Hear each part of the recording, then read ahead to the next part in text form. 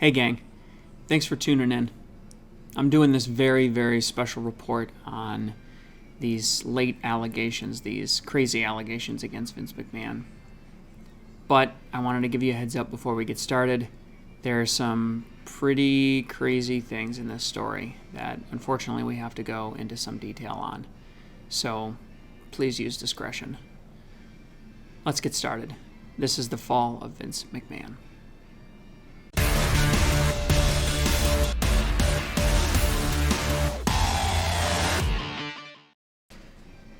Ladies and gentlemen, thank you for tuning in.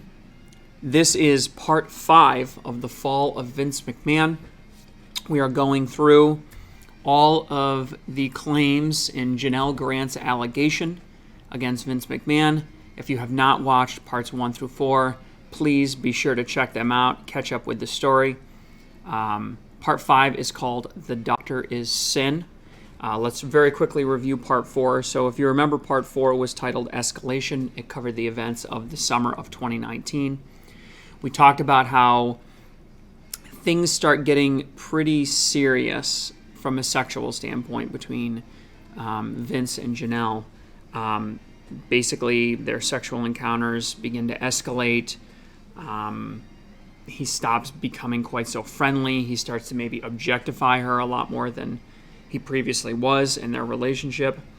And we come to find out that Vince has now been sort of telling her that he wants her to send him sexually explicit videos, not just photographs now, and that he would often flaunt his power whenever she sort of showed any apprehension. The specific example that's given in the lawsuit is regarding a meeting that he had with the Crown Prince of Saudi Arabia in October of 2019. So part 5, The Doctor is Sin, is sort of more late fall, Thanksgiving and on, more like late fall of 2019. So at this point, Grant's health is spiraling, should we say. It's suffering. The lawsuit would claim that her health is suffering basically as a direct result of the stress and torment that she's going through with Vince McMahon. Her physical and medical symptoms expand in size, scope, and severity.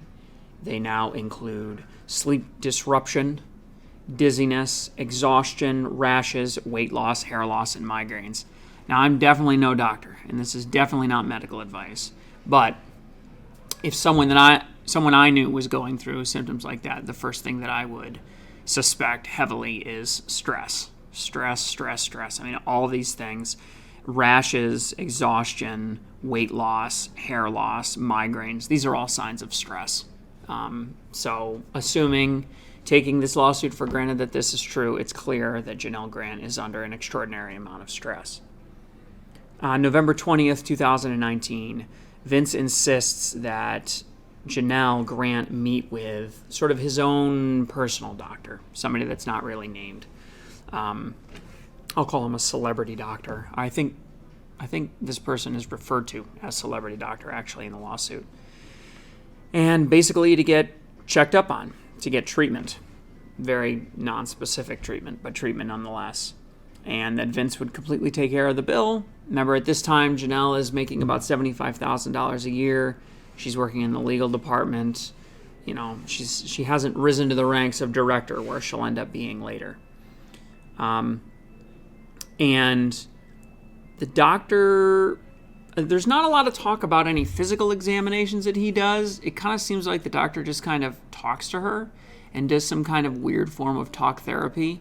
We don't get a lot of insight into the conversations and what is discussed between the two of them. It actually isn't even clear that it's implied, I guess, that Vince isn't with them at the time of the visit.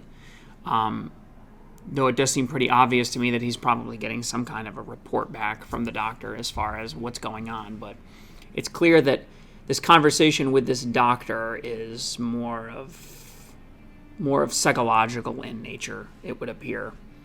And the doctor very clearly notes to Janelle that she is showing obvious signs of trauma Again, not much detail here.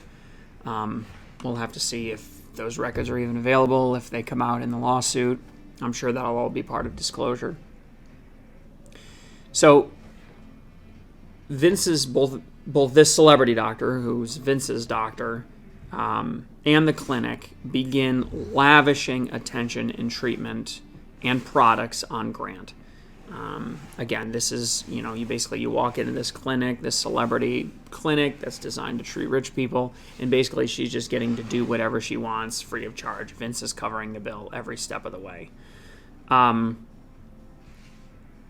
this kind of goes to what I was saying earlier about the sort of the talk therapy or the psychological treatment of it. The doctor would often perform deep dives into her personal and work life and would sort of act as a coach. The fact that that word was used struck me in the language of the lawsuit, because if you're a therapist, it's therapy. If you're a doctor, it's therapy. If you're some sort of medical practitioner, you wouldn't call it coaching. Maybe if you're a consultant, you would call it coaching. But if you're like an actual board certified doctor, I would almost think that it would almost be offensive to call it coaching. Like you would want to use a more serious, medicalized, I don't know if that's a word or not, but some sort of medical related terminology to describe what you're doing. I certainly wouldn't be comfortable if, I went through all the rigmarole and the difficulty of becoming a doctor to just call what I do coaching. That seems like an oversimplification. And honestly, I would hope that I'm providing a little bit more value to my patients with all the skills and knowledge that I should have. So the fact that they called it coaching struck me as very interesting and focused on, sort of the behavioral science aspect of it. So again, it would appear that if this doctor is working in cahoots with Vince, this would be another sort of conduit through which Vince could get insight into her. If this doctor is not operating, should we say, morally, or is not operating ethically, it could be an opportunity for Vince to gain insight into her. And it could also be another way for manipulation to occur. Maybe they're talking about the explicit images. Maybe they're talking about the escalation in sexual activity. And maybe the doctor is advocating on behalf of Vince's interests instead of acting as an independent third party.